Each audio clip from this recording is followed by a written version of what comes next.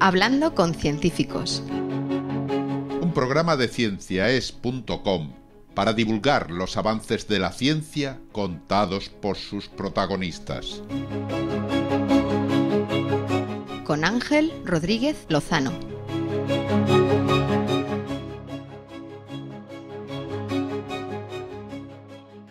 Hoy os invitamos a escuchar cómo las estrellas crean el plomo 204. Hablamos con Adrià Casanovas.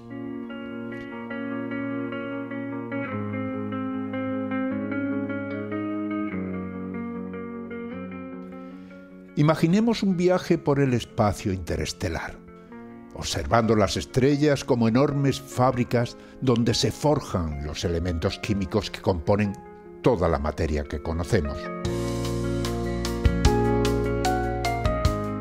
Desde el comienzo del universo, las fraguas estelares han ido convirtiendo los átomos más pequeños, como el hidrógeno o el helio, en átomos cada vez más pesados. Y no solamente se han limitado a crearlos, además los han ido diseminando por todo el cosmos.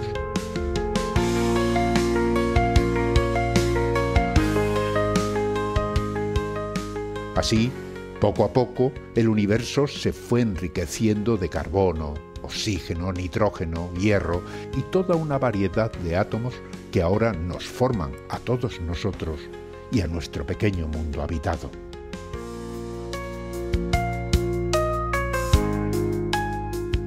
Cada átomo tiene su propia historia e investigadores como Adrià Casanovas, nuestro invitado hoy en Hablando con Científicos, se esfuerzan por descubrir los pasos con los que las estrellas fueron escribiendo esa historia. Adrià Casanovas se ha centrado en estudiar cómo se creó un átomo muy pesado y especial, cuya formación ha intrigado a los científicos desde hace tiempo, el plomo 204, un tipo de átomo clave para comprender el origen y evolución de nuestra galaxia y del sistema solar.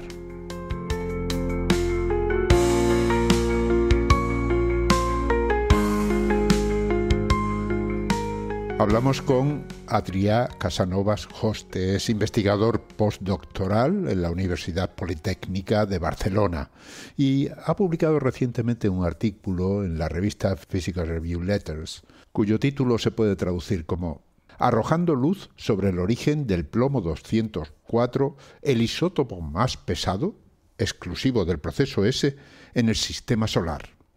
Bueno, tranquilos. Ahora mismo nos explica de qué va. Ante todo, un saludo, Adrià. Muchísimas gracias por participar en Hablando con Científicos. Buenas tardes, Ángel. Muchas gracias por invitarme.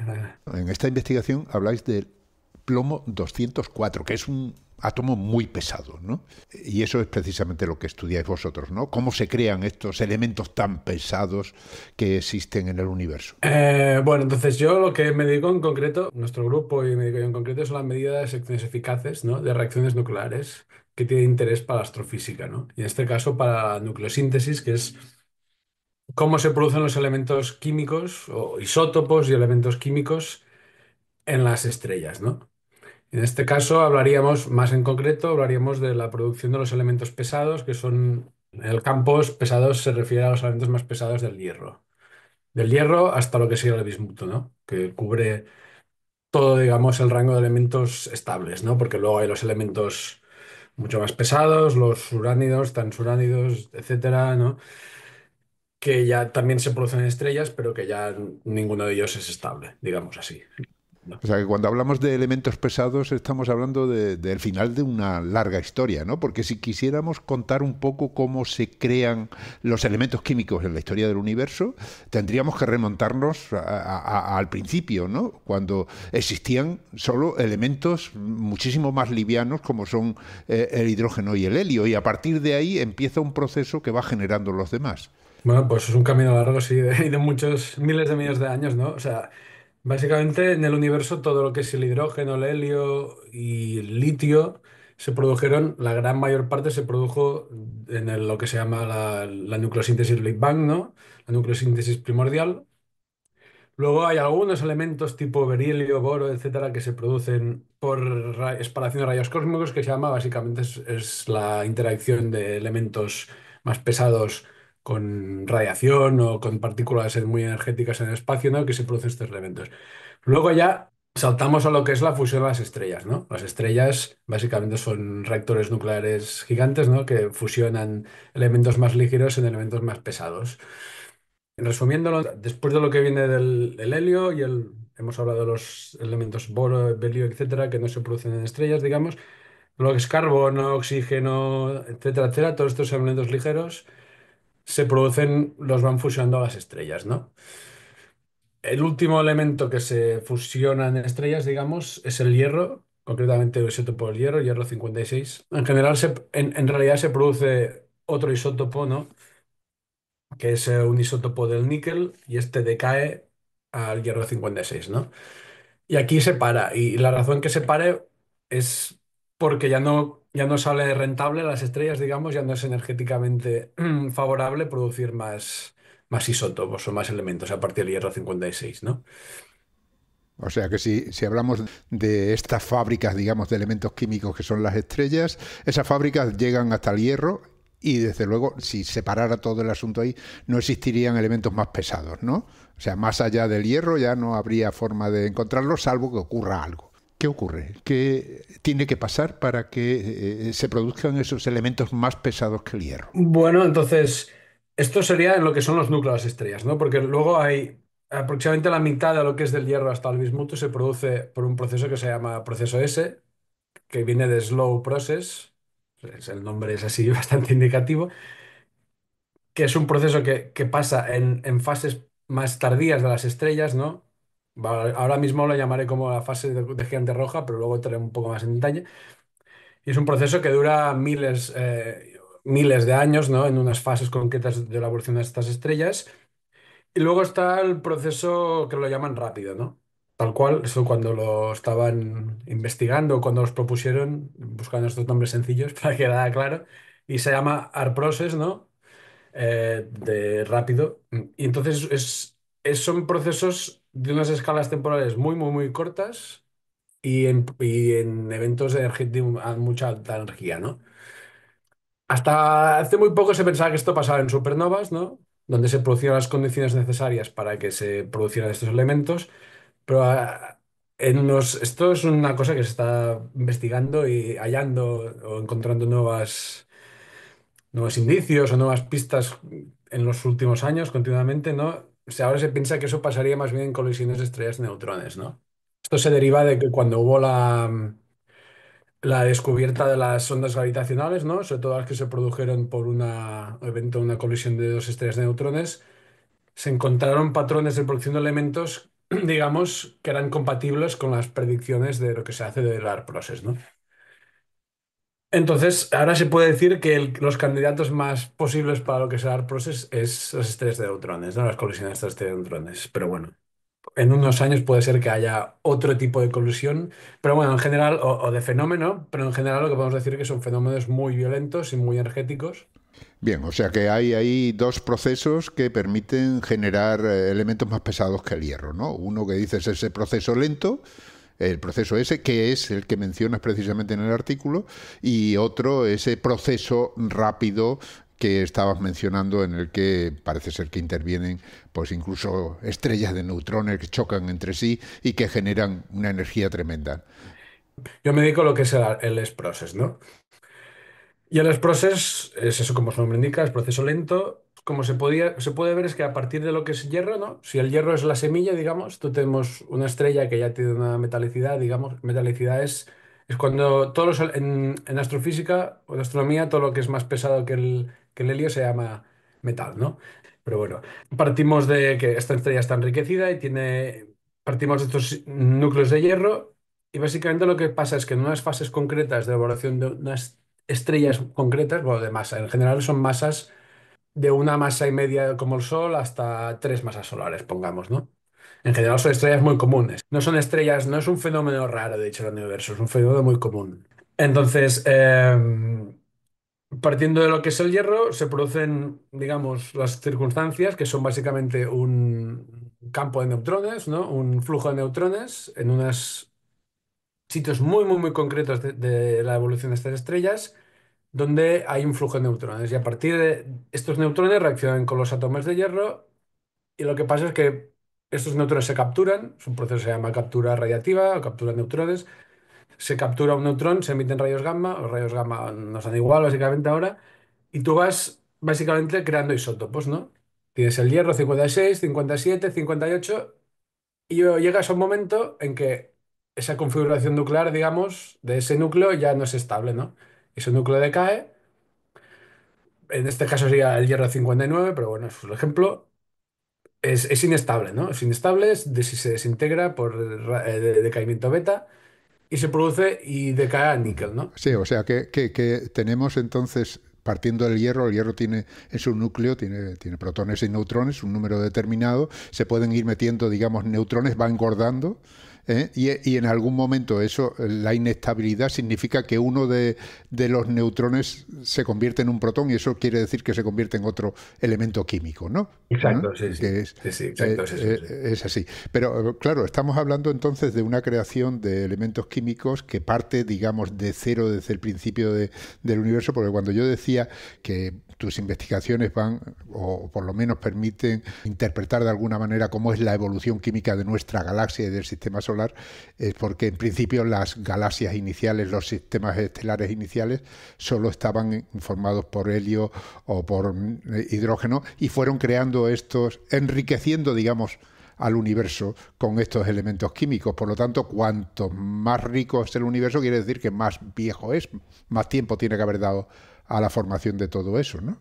Y ese proceso que tú estás describiendo es lo que va ocurriendo en esas estrellas que luego, de alguna manera, tendrán que expulsar esos elementos, ¿no?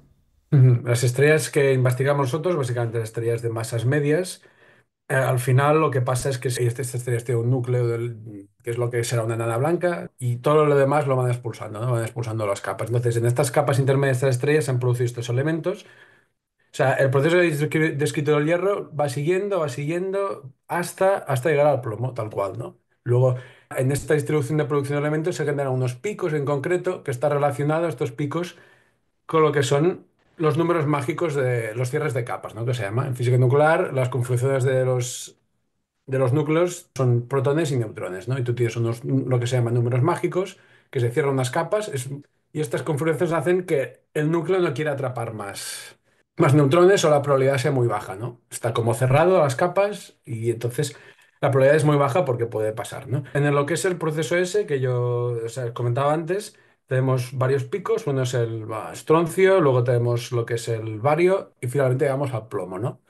Entonces, el plomo es interesante porque es un número, tiene número mágico, es doble mágico, protones y neutrones, ¿no? Entonces se acumula muchísimo plomo, ¿no? Y básicamente, de hecho, la mitad del plomo es 208, que es el número mágico, concretamente, protones y neutrones, y es el isótopo más abundante, pero luego tenemos otros isótopos muy interesantes. Perdón, el plomo tiene, si mal no recuerdo, 82 protones, ¿no?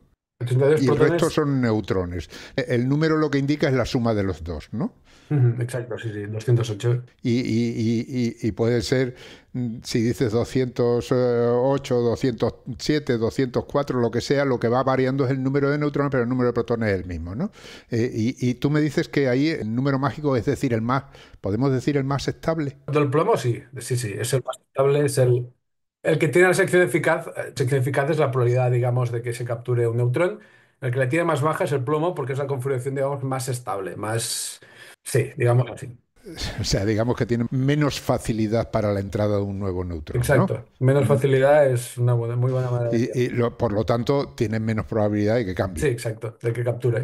Y como puede capturar muy poco, se acumula, ¿no? Se acumula. O sea que esa es la importancia del plomo, que se va acumulando comparado con otros elementos químicos y por lo tanto le podéis seguir la pista o puede dar una información más concreta.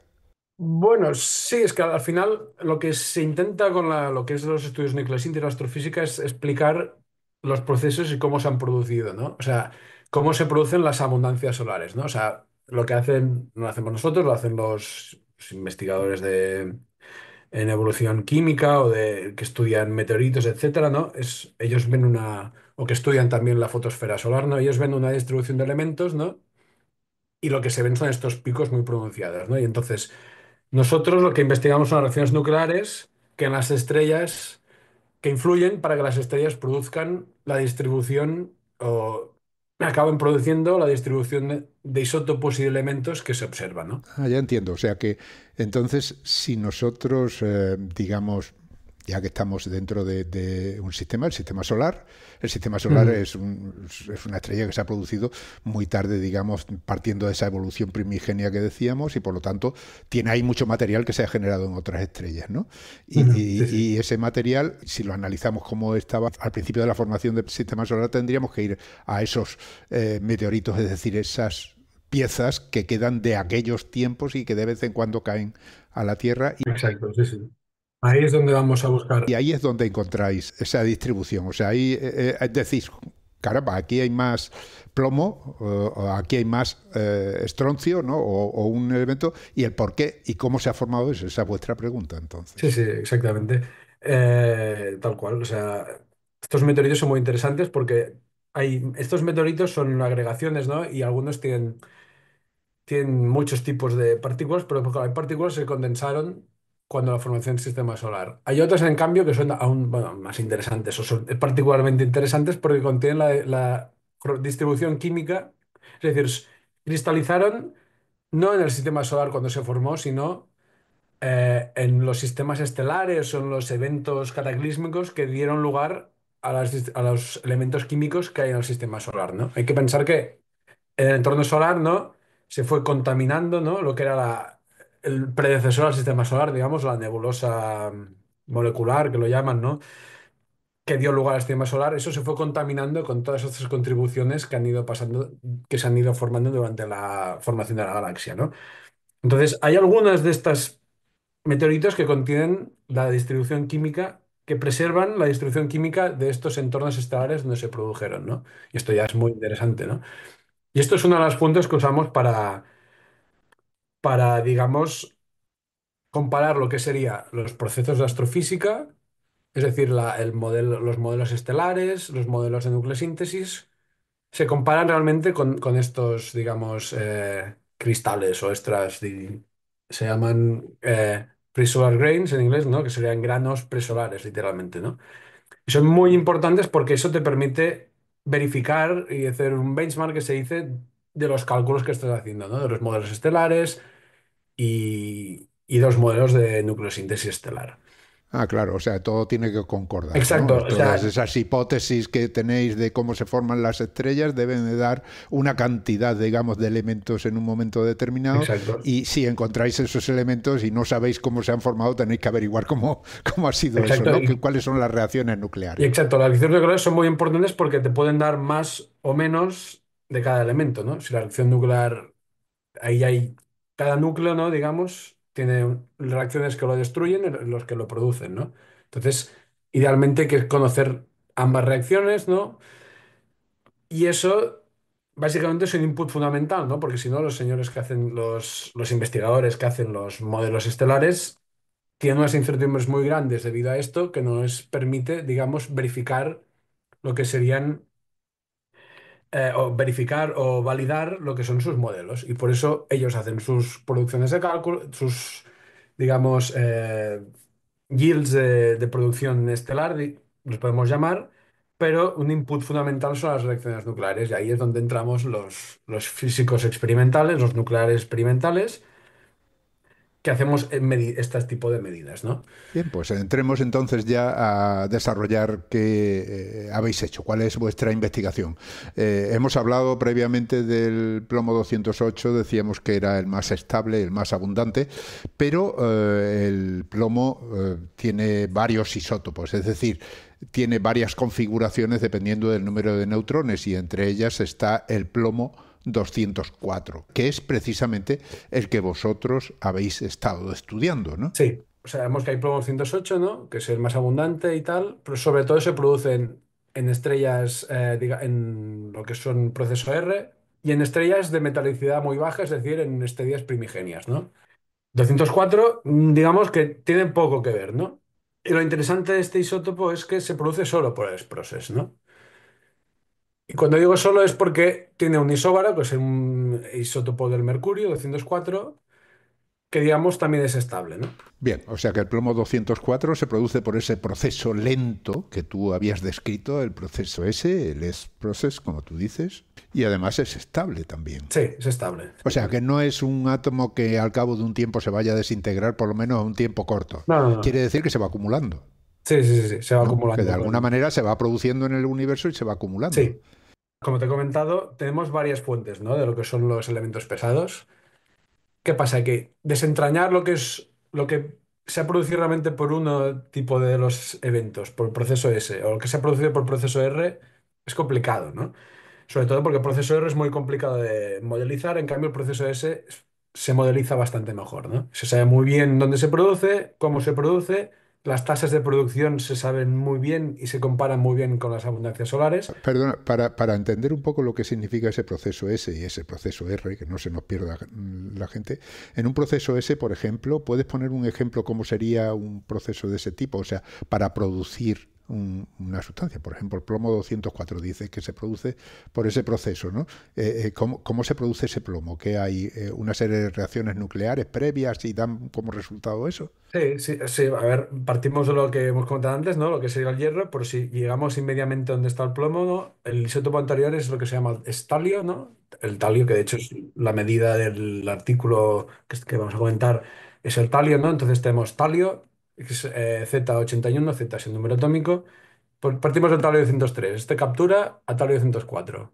El talio 204 es radiactivo. Entonces, este puede decaer o puede capturar un neutrón, ¿no? Y aquí esa es la clave de este isótopo, ¿no? Si decae, produce plomo O 204. sea, decaer quiere decir que ahí hay un neutrón que emite una Sí, partícula, un electrón, entiendo, y se convierte en un protón, por lo tanto pasa a ser plomo, ¿no? Es decir, decaer quiere decir que emite algo y se convierte en plomo. se desintegra. Sí, sí. Como desintegración radiactiva. O sea, es lo que dices tú. Un neutrón pasa a convertirse, se convierte en un protón, ¿no? Es la interacción débil y tal. Se convierte en un protón y se emite un electrón, ¿no? Vale, esa es una de las reacciones. La otra decías que capturaba un neutrón más. Sí, un neutrón. ¿Y en qué se convierte Y entonces? se convierte en lo que es el talio 205, que es otro isótopo. Y bueno, ahí digamos que ahora mismo, para este asunto particular nos importa menos.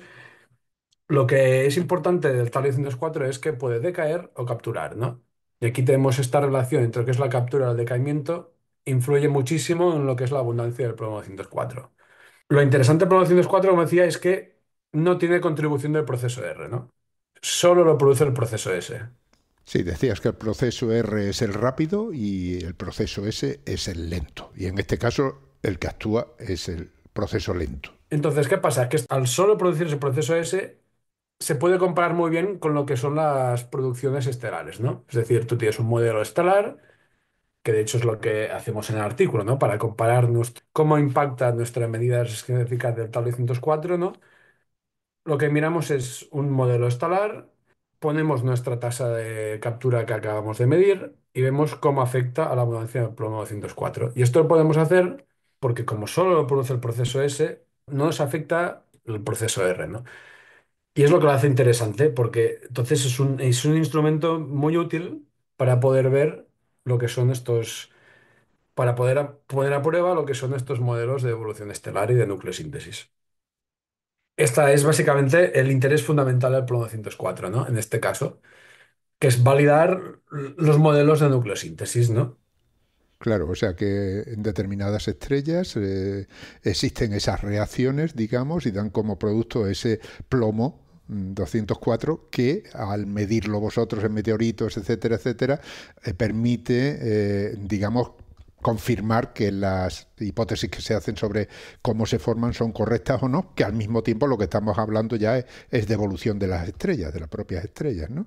Sí, sí, sí, claro. Es una. Claro, al final tú puedes validar con algunas cosas concretas, ¿no? Como el Promociones 4 es uno de ellas, ¿no? Claro, tú al final validar todo, cada isótopo, las abundancias es complicado, pero lo que se crean son, digamos, lo podemos llamar como un observable, ¿no? Se busca estos observables concretos, estos S-only que se llaman, ¿no? Es decir, solo producidos por proceso S, para que te puedan validar tus teorías de evolución estelar y de nucleosíntesis. Entonces, ¿qué pasaba en el caso del polvo 204? Es que este proceso, como decimos, el talio 204 es radiactivo, ¿no? Y el problema es que para hacer un experimento sobre este isótopo es complicado por el hecho de ser radiactivo y tener una vida media bastante corta, ¿no? Muy bien, Adrián, vamos a tomarnos un pequeño descanso y volvemos enseguida.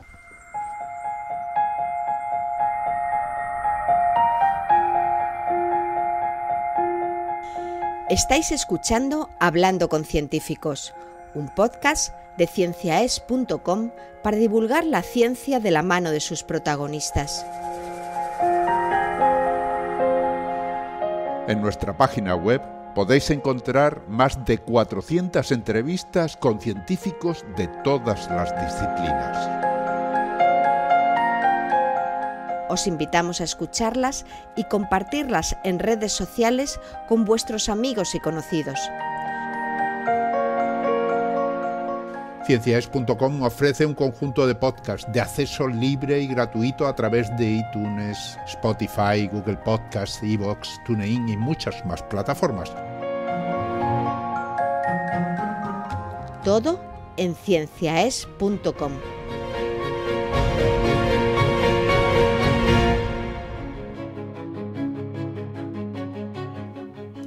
Continuamos hablando con Adrià Casanovas Hoste. Hemos dicho que es investigador postdoctoral en la Universitat Politécnica de Cataluña.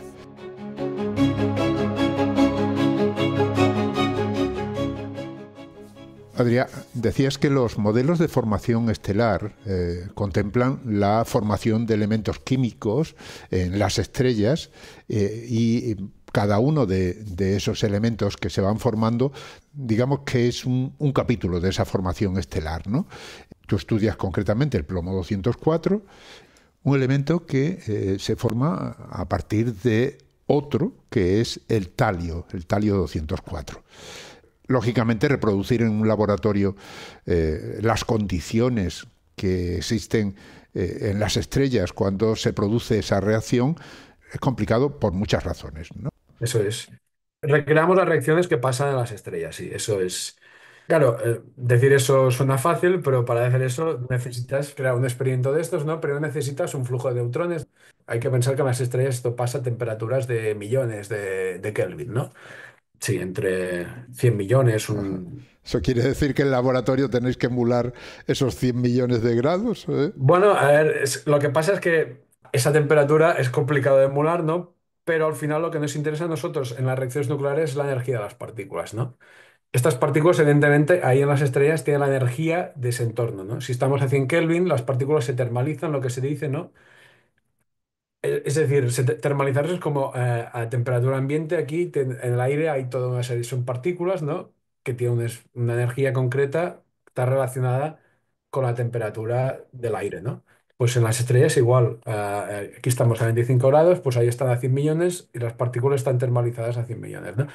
Termalizada quiere decir que se mueve mucho más rápido, que tiene mucho más energía, ¿no? ¿No? Básicamente. Intermalizar es que van chocando continuamente y acaban teniendo un espectro concreto, que es lo que se llama espectro de Maxwell-Boltzmann. En fin, estos son detalles, ¿no? Pero digamos que cuando estas estrellas están a esta temperatura, este gas, digamos, ¿no? Corresponde a unas energías de las partículas concretas, ¿no? Y estas energías son las que nosotros tenemos que realmente reproducir en el laboratorio, ¿no? O sea, lo que al final queremos, resumiendo, es un flujo de neutrones con estas energías estelares, ¿no?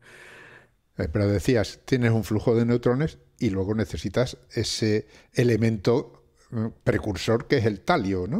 O sea, que lo que hacéis es emular el flujo y además necesitáis el talio para poderlo bombardear de alguna manera, ¿no? Y de hecho, para nosotros las cosas más complicadas de hacer son obtener las muestras, ¿no? Estas muestras radiactivas es muy complicado, es complicado desde el punto de vista también, no se piensa, es probable que no se piense en eso, pero de producirlo, de almacenarlo, de ponerlo a hacer experimentos. Porque nosotros, en lugar de hacer los experimentos, se producen los haces neutrones y el CERN, ¿no? Que es entonces, ahí se generan neutrones a partir de reacciones de protones interactuando con plomo, ¿no? Eso es la facility esta que se llama NETOF, ¿no? En la que llevo básicamente toda mi vida de investigador trabajando. Y eso, por un lado, ya está en función desde hace 25 años y es estable y se conoce muy bien, se producen los haces de neutrones. ¿Cuál es el problema? La muestra, producirla es complejo. Producirla no es tan complejo, pero sí que es complejo llegar a realizar experimentos con esta muestra, ¿no? Cuando hablas de muestra te refieres al talio. Sí, al talio 104, sí. Al talio. O sea, que ese es un elemento que no se puede ir ahí al mercado, al supermercado a comprar, ¿no? Hay que crearlo de alguna manera, obtenerlo de alguna manera que no debe ser fácil. Sí, a ver, al final se genera también por reacciones de captura de neutrones, ¿no? Se coge el isótopo anterior, precursor, talio 203, se mete en un reactor nuclear. Un reactor nuclear, al final, tú lo que tienes es un flujo de neutrones térmicos, lo que se dice, y ahí tienes este flujo de neutrones. Entonces, el talio 203, estos flujos de neutrones son enormes en la central nuclear, entonces va capturando, se enriquece, y lo que se tiene es una muestra de 203 se enriquecía en talio 204, ¿no? Entonces, en este caso era un 6% de talio 204, ¿no? Y entonces esta muestra, básicamente la metemos en el haz, la ponemos en el haz de Netov, ¿no? Y se estudian las reacciones nucleares, ¿no? De los neutrones con los átomos de talio 204. ¿Qué pasa? Que en este caso hay que recordar, ¿no? Uno de los desafíos de la medida era que tú sobre todo tienes mucho talio 203, ¿no? Y a ti el talio 203, las reacciones realmente no te interesan, no son tan importantes para la producción de plomo 204, ¿no? No hay forma de enriquecerlo o de separarlos. Eso a veces se puede, pero en este caso, eso, a ver, técnicamente, si tú tienes una centrifugadora como las que usaban para hacer lo que es el plutonio o el uranio de las bombas atómicas, tú puedes ponerlo ahí, entonces sí que podrías separarlo, pero claro, nosotros no tenemos ese tipo de aparatos. Son, por ejemplo, por curiosidad, lo que son los calutrones, ¿no? Que eran unos separadores de masas gigantes, ¿no? Así es como separaron el uranio 235, por ejemplo, para las bombas atómicas. Ahora ya no, pero originalmente sí. Pero bueno, estos dispositivos nosotros no tenemos, y además lo que tienes es que es una muestra muy radiactiva, ¿no? Increíblemente radiactiva, y eso lo hace muy complicada de gestionar. En este caso, por ejemplo, la muestra estaba encapsulada porque era la única manera de poder trabajar con ello. Eso no lo he mencionado, pero además el talio de 204, el talio en general, ahora hablamos químicamente, el talio es un veneno. El talio hasta hace no tanto, algunas décadas, se usaba como matarratas, ¿no? Y de hecho es un veneno muy complicado de detectar, se usaba incluso, era un veneno de los herencias, lo llamaban, Sí, ¿no? la verdad es que es un veneno famoso porque antiguamente, bueno, al principio del siglo XX, creo que se utilizó para, digamos, solucionar algunos problemas de herencia, ¿no? Algunos no dudaban en utilizarlo contra algunos de sus familiares para heredar. Sí, porque era muy complicado de detectar, no dejaba casi rastro, en fin. Entonces, podéis imaginar que trabajar con este material es que es radiactivo y es tóxico, ¿no? Bastante complicado, ¿no? Entonces esto se encapsuló, se metió en una cápsula de cuarzo y más si puedes reducir bastante la radiactividad del tabla 104 y evitas también que se te salga el material y tengamos un problema con la gente que Bien, trabaja ahí cerca, ¿no? resumiendo la historia de lo que has contado hasta ahora, ¿no? Lo que habéis tenido que hacer es primero contactar con un instituto que creo que está en Suiza, el Instituto Paul Cherrier, que es donde existe un reactor que genera neutrones, esos neutrones térmicos que decían, para bombardear una muestra de talio 203 y obtener como resultado una mezcla, ¿no?, entre el talio 203 y talio 204. Una vez que tenéis esa mezcla, por supuesto con todo ese cuidado que hemos dicho para no morir como un heredero de los antiguos, lo que tenéis que hacer es llevar la muestra a otro lugar, que en este caso es el Laboratorio de Experimentación de Neutrones NTOF del CERN, que está en Ginebra, para que se utilizara otro haz de neutrones adecuado para que ese talio 204 se convierta en plomo 204. Todo esto con las dificultades que lleva todo el proceso, naturalmente. Sí, por un lado tenemos el problema de la radiactividad, el problema del material en sí y luego el problema de que tienes muchos isótopos ahí metidos, ¿no? Sobre todo 203, el talio 203, ¿no? En fin, tampoco quiero entrar mucho en detalle. Lo que al final hemos logrado es medir lo que se llaman unas resonancias de captura, ¿no? O sea, cuando un núcleo, en este caso el Tau 204, captura un neutrón, lo hace, en algunas energías es como que tiene muchísima afinidad por este neutrón, ¿no? Muchísimo más que otras, ¿no? Esto se llaman resonancias, ¿no? Es realmente lo que te interesa, ¿no? Para poder saber la probabilidad en general que tiene este isótopo de convertirse o de capturar este neutrón. Si mides estas resonancias, tienes una muy buena, básicamente puedes medir gran parte de lo que es su probabilidad de capturar neutrones, ¿no? Entonces, eso es lo que al final el resultado experimental importante es que logramos medir por primera vez varias de estas resonancias de captura de tablero 204. Claro, claro. O sea que ahí tenéis que jugar con esas posibilidades para intentar comprender cómo es toda esa reacción en la que se produce al final el plomo 204, que es el que buscáis, ¿no? Eso es lo que hemos hecho, sí, poner esta muestra de lecciones 4 y medir la captura. Entonces nosotros realmente, esto ya a lo mejor son detalles más complicados, pero nosotros hemos podido medir resonancias hasta una cierta energía, ¿no? Si lo ves en el artículo veréis que nosotros no hemos logrado medir la captura del tablero 204 hasta en las energías que realmente son importantes para la nucleosíntesis, ¿no? ¿Qué pasa? Que ahí nos hemos apoyado con colaboradores nuestros de hecho, de la colaboración del CERN, ¿no? De este experimento de TOF. Ahí hay de todo, hay físicos no experimentales, hay físicos teóricos, hay astrofísicos y también hay físicos teóricos que lo que hacen son, ellos tienen unos modelos de la reacción nuclear teóricos y lo que han hecho es ajustarlos para que den los resultados experimentales que nos han salido a nosotros, ¿no? Han ajustado estos modelos. Estos modelos, evidentemente, tienen que ajustarse a las energías en las que hemos podido medir, tienen que dar esos mismos resultados. Y con esto, básicamente, hemos conseguido dar un valor de la sección eficaz mucho más realista y basado en datos experimentales por primera vez. Claro, todos esos datos ahora lo que permiten es comprender un poco mejor cómo es esa evolución. Claro, Por un lado, cómo se producen esas reacciones dentro de las estrellas o qué abundancia debe de haber de 204 en el universo. Es decir, ahí estáis mezclados todos, ¿no? Los ujú.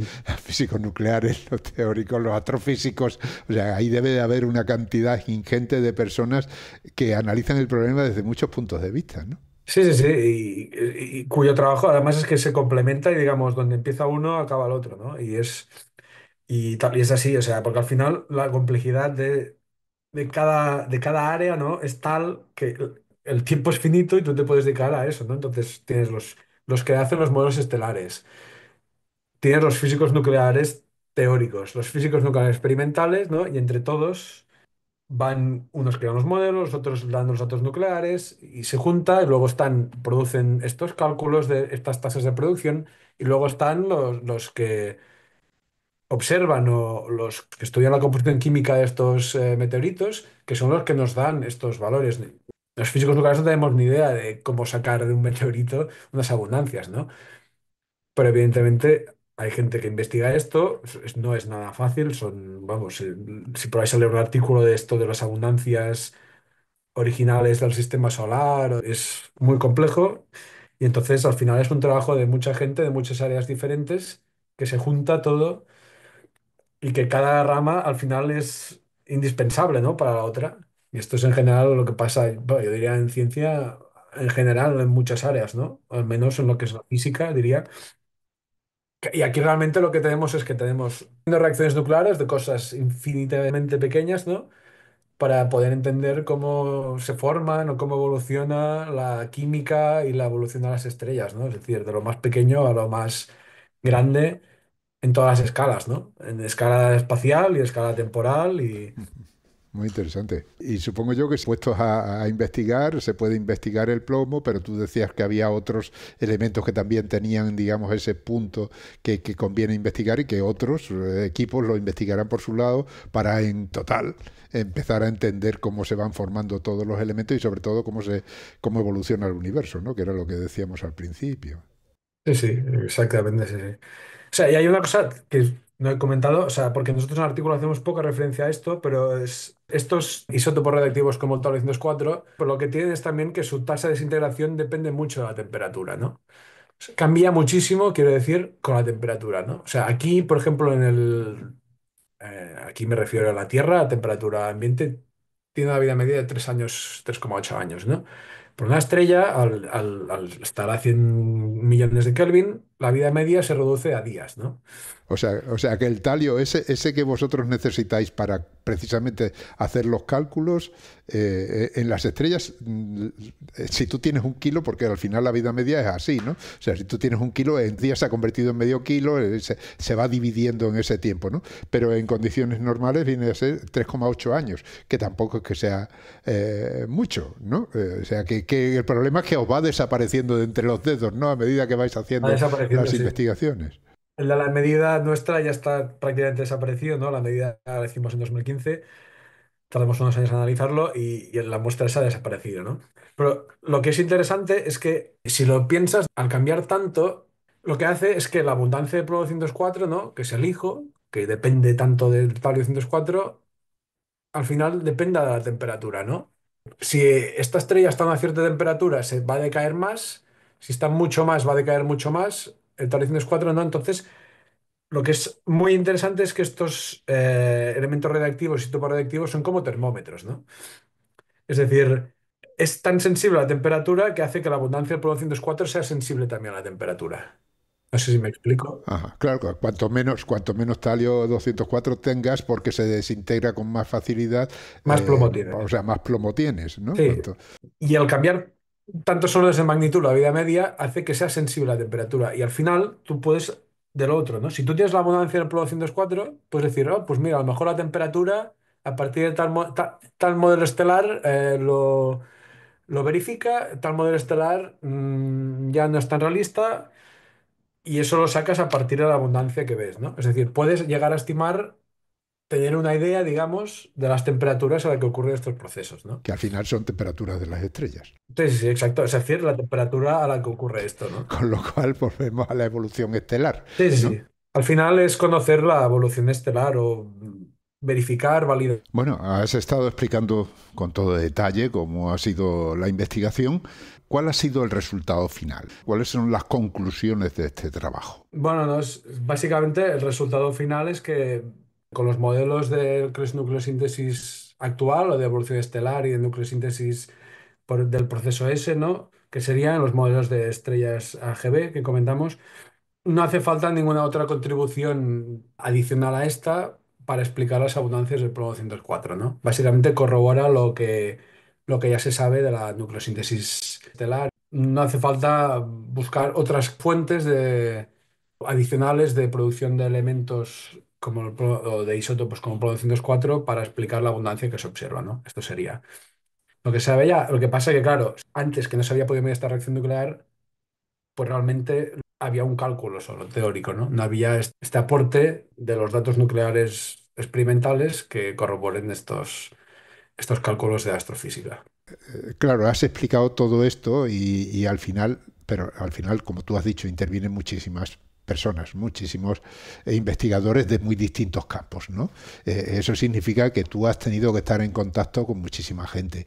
Háblanos un poco del equipo, ¿no? ¿Cómo ha sido esa organización de ese trabajo para llegar a ese resultado? ¿Con qué gente has tenido que hablar? ¿Cómo ha sido de difícil? Cuéntanos, porque yo creo que a los que nos escuchan les interesa también las dificultades que encontráis en vuestras investigaciones. Nosotros, mi director de tesis, empezamos por lo más cercano, es César Domingo, que es un investigador del IFIC de Valencia, ¿no? Nosotros somos físicos nucleares experimentales, ¿no?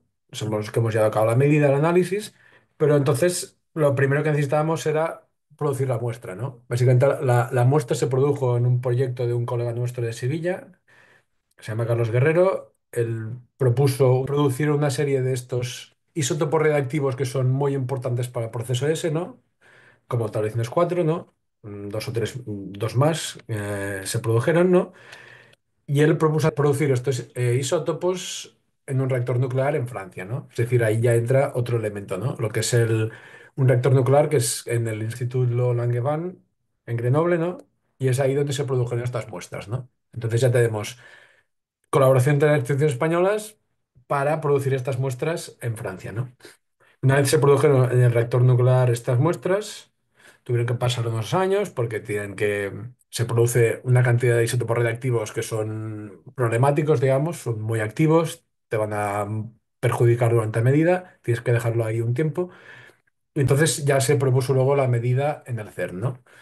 De hecho, se trasladaron primero a otro centro de investigación que es en Suiza, que es el PSI, que ahí es donde prepararon las muestras, digamos. Ahí son expertos en preparación de muestras, son químicos, tienen y químicos nucleares, digamos, en el sentido de tratar con muestras radiactivas, radioquímicos, sería la palabra.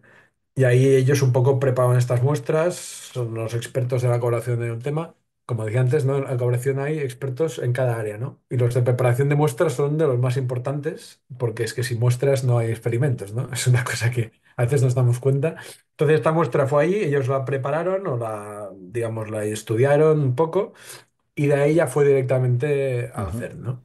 Y en el CERN es donde se hace ya la medida, ¿no? Sí, la medida O en sea, sí, ¿y qué sí. tuviste que estar tú en el CERN? Sí, sí, ¿Y sí. cuánto tiempo te llevó eso? La medida duró esta bastante, duró como casi 2 meses. Ujú.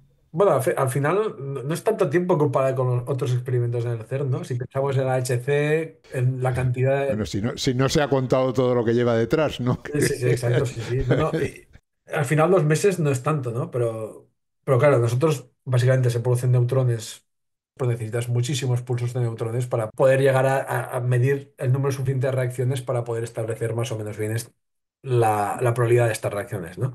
Entonces, el experimento duró alrededor de 2 meses. Yo acababa de empezar la tesis, entonces me fui ahí ya desde el principio. Al final es un experimento es bastante tranquilo, ¿no? Nosotros montamos, al principio son siempre muchas horas, ¿no? Porque hay que ver que esté todo funcionando bien, que esté todo ajustado bien para no perder, para no darse cuenta luego que hemos hecho algo mal y se ha ido todo el experimento a la basura. Entonces al principio es muchas horas, pero luego ya el experimento va más o menos tranquilo, digamos, siempre dependiendo del experimento. O sea que en el CERN lo que hacen es realmente facilitar esa especie de, podemos llamarlo así, ¿no? Cañón de neutrones a las energías adecuadas para el Sí, experimento. es decir, bueno, si queréis puedo comentar un poco cómo se producen estos neutrones, puede ser interesante. Sí, sí, sí. O sea, el CERN tiene una serie de aceleradores, ¿no? De protones, ¿no? En el CERN ahora mismo se colisionan protones o núcleos de plomo, también depende de lo que quieran ver, ¿no?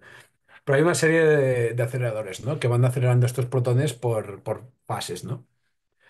Nosotros somos una de estos experimentos pequeños, ¿no? Que se llaman, y lo que usamos son estos protones que se aceleran. Una gran parte de ellos no van a lo que es el complejo del HC. Nos los mandan a nosotros. De hecho, ahora no tengo los números, pero una parte, un porcentaje muy importante de estos protones nos los mandan a lo que es la acumulación de TOF, ¿no? Y esto es debido a que nosotros, para producir neutrones, lanzamos estos protones contra un bloque de plomo. Un bloque grande, serán un par de toneladas de plomo, creo, una cosa así. Y ahí, por unas reacciones nucleares, se acaban produciendo estos protones de una energía muy bestia. Entonces se producen muchísimos neutrones hacia todas direcciones. Entonces, nosotros, como he comentado antes, necesitamos medir la probabilidad de que estos neutrones se interaccionen con nuestra muestra que estamos investigando en función de la energía. Y la cosa importante aquí es cómo se determina la energía de estos neutrones. O sea, aquí produces los neutrones, aquí tienes tu bloque de plomo, los neutrones salen disparados por todos lados. Nosotros nos podemos muy lejos, concretamente en esta medida trabajamos en una estación experimental que está a 180 metros. Y la razón de eso es que los neutrones estos viajan todo este espacio, que para un neutrón es una distancia gigantesca, ¿no? Lo podéis imaginar. Y claro, los neutrones más lentos, evidentemente, llegarán más tarde a la hora experimental, ¿no? Los neutrones más rápidos llegan mucho antes, ¿no? Y a partir de saber el tiempo, nosotros podemos saber muy bien el tiempo entre que se producen estos neutrones y el tiempo que nos llegan. Y entonces, claro, como la distancia es fija, ya podemos deducir o sacar, calcular lo que es la energía de estos neutrones que nos llegan, Claro, ¿no? claro. Sabes la velocidad y sabe la Sí, energía. sí, es Ajá. incluso, o sea, la aproximación clásica, digamos, lo de la velocidad, la energía igual un medio la masa por la velocidad al cuadrado, la podemos usar hasta energías bastante altas. Entonces, con esto ya tenemos primero un flujo de neutrones que gracias a producirse en el CERN se produce por estas reacciones que se llaman espalación, se produce un flujo de neutrones muy alto y entonces podemos irnos muy lejos. Cuanto más lejos te vas, digamos, más separación temporal hay entre los neutrones de energías diferentes, ¿no? Si te pones muy cerca, te llegarán muy juntitos, ¿no? Y es muy complicado resolverlos en tiempo, ¿no? En cambio, si te vas muy lejos, es más fácil, tienes más separación temporal, y entonces tienes mejor lo que se llama resolución, ¿no? Entonces, gracias a que en el CERN sí, es espalación, tiene un flujo muy alto, podemos ir muy lejos, y aún así tenemos suficientes neutrones como para poder hacer la medida en un tiempo ahí medianamente corto, ¿no? Y esto sería lo que es la instalación NTOF del CERN, que, bueno, es de las ideales para este tipo de medidas de muestras radiactivas de baja masa, ¿no? La verdad es que se mire por donde se mire, se puede hablar, claro, es tu tesis, ¿no? Al final te puedes tirar hablando años de todo lo que habéis hecho, ¿no? Sí, sí, sí, sí. Pero sí, la tesis básicamente es realizar el análisis, ¿no? Porque estos análisis, estas muestras muy pequeñas y tan radiactivas es complejo, ¿no? Hay que pensar que nosotros estamos midiendo la reacción nuclear, que la medimos a partir de los rayos gamma que se produce después de la reacción nuclear, ¿no? O sea, el núcleo captura un neutrón, se excita muchísimo, ¿no? Digamos, hay que imaginar, yo el otro día lo pensaba, ¿no? Cuando tú juegas al billar, tienes todo, al principio están todas las bolas del billar juntas, ¿no? Tú le pegas una bola y se mueven todas, ¿no? Cuando comienza la partida, me refiero, ¿no? En un núcleo se mueven así, pero están, digamos, enganchadas entre ellas y al final se vuelven a juntar, ¿no? Pero este exceso de energía que han tenido en el momento en que les ha pegado el pelotazo al neutrón, lo disipan emitiendo rayos gamma, ¿no? Y estos rayos gamma son los que nosotros detectamos y cuantificamos el número de reacciones nucleares, ¿no? ¿El problema cuál es aquí? Que tú tienes una muestra radiactiva que emite muchísimos rayos gamma y entre tanto tienes los rayos gamma que quieres detectar de verdad, ¿no? Y está todo mezclado, ¿no? Porque claro, es eso. Lo que tú estás detectando, lo que tú estás interesado, lo tienes metido en un mar de otros rayos gamma que no te interesan para nada, ¿no? O sea que se emiten muchos rayos gamma, pero no todos de la energía que vosotros necesitáis, que son las que habéis calculado que pertenecen a ese proceso. Sí. Me falta simplemente que me cuentes un poco tu vida. Siempre lo digo, hay estudiantes que nos escuchan, alguno puede estar interesado en estos temas y les viene muy bien el ejemplo de cómo os habéis dedicado vosotros a eso, ¿no? ¿Qué te viene la ilusión por la física desde pequeñito o esto te entró más tarde? ¿Cómo ha sido un poco tu trayectoria? Bueno, sí, la verdad, mira, yo siempre que lo pienso, a mí mi padre me regaló un libro cuando era muy pequeño sobre física nuclear, o más que física nuclear, era un libro para niños, ¿no? Pero que hablaba esto un poco, ¿no? Lo que es la desintegración reactiva, ah, las bombas atómicas, todas estas cosas, ¿no? Era un libro, sí, era un libro sí, divulgativo, digamos, pero yo a mí entonces siempre tenía 7 8 años y me resultó muy interesante. Luego, con la adolescencia y tal, pues siempre me iba interesando un poco, ¿no? Pero al final decidí hacer física en parte por, bueno, por la fascinación que me hacía esto de la radiación, de la física nuclear. Sí que es verdad que a la hora de hacer física vas haciendo la carrera y llega un punto que tienes que pensar en qué te quieres especializar, digamos. Eso es lo importante siempre cuando vas a hacer una carrera en general y en física en particular, diría, bueno, o como todas, ¿no? Pero es importante especializarse, ¿no? Entonces me acabé enfocando un poco lo que sería eso, la física de radiaciones, la física nuclear, lo que me interesaba más naturalmente, ¿no? Yo creo que ya debió quedar algo de cuando era niño, ¿no? De leer este libro en concreto o lo que fuera, pero no, siempre me ha gustado porque realmente es un campo en que tú es relativamente fácil, ¿no? O sea, detectar la radiación y una reacción nuclear, incluso una fisión, es algo que o sea, se detectó hace 80 años con dispositivos experimentales que eran mucho más rudimentarios que los que hay ahora, ¿no? Y aún así se consiguió, ¿no? Es decir, tú ahora puedes crearte una cámara que se llama una cámara de niebla, y tú puedes detectar radiación, ¿no? Y a mí esto siempre me ha fascinado, ¿no? Que poder detectar o ver incluso así a nivel macroscópico algo que está pasando en los núcleos de los átomos, ¿no? Y siempre me llamó la atención, entonces, bueno, me acabé decantando por cuando tuve que escoger, digamos, lo que es hacer el TFG, el TFM, pues siempre para temas de física nuclear, ¿no? Luego de acabar la carrera ya hice un máster en física nuclear y ya luego acabé en el grupo de la UPC, ¿no? No he comentado antes, o sea, digamos, mi director de tesis fue César Domingo, ¿no? Pero bueno, mi codirector, digamos, fue también Francisco Calviño, que es con quien hice yo la tesis, mi jefe, digamos, en la UPC, ¿no? Que además es alguien que ha sido llevar la colaboración de TOP desde el principio, ¿no? Desde que se creó y ahí hice la tesis. Y lo que es curioso es que yo hice la carrera en una universidad de Barcelona, bueno, la Autónoma, hice el máster en la UB, la Universidad Central, ¿no? Y luego acabé haciendo la tesis en la UPC, ¿no? He ido pasando por las tres universidades. Y sí, acabé aquí en el grupo del profesor Calviño. Nuestro grupo se dedica sobre todo a lo que sería detección de neutrones, ¿no? Que no es exactamente lo que hago yo, pero una de las líneas es la de medidas de reacciones inducidas por neutrones, ¿no?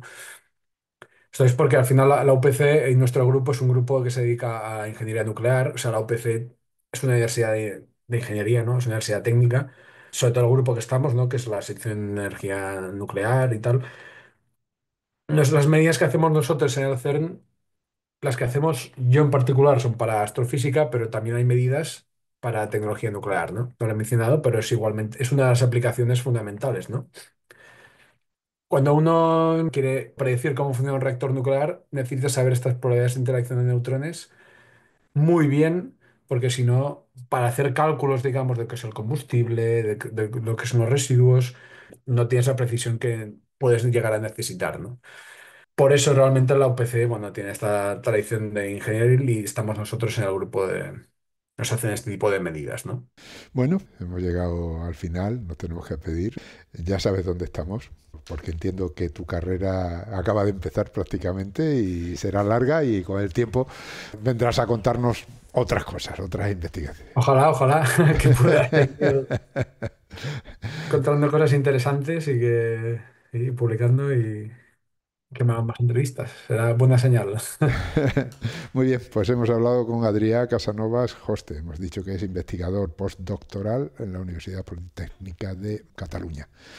Adrià, muchísimas gracias y hasta siempre. Gracias a vosotros y a ti, Ángel, y a vosotros por escucharme y bueno, hasta la próxima.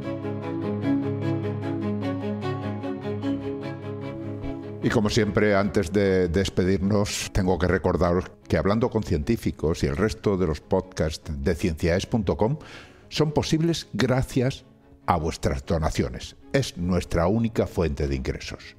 Así que, si escuchas nuestros programas, si te gustan y todavía no te has unido al grupo de mecenas, ánimo, únete.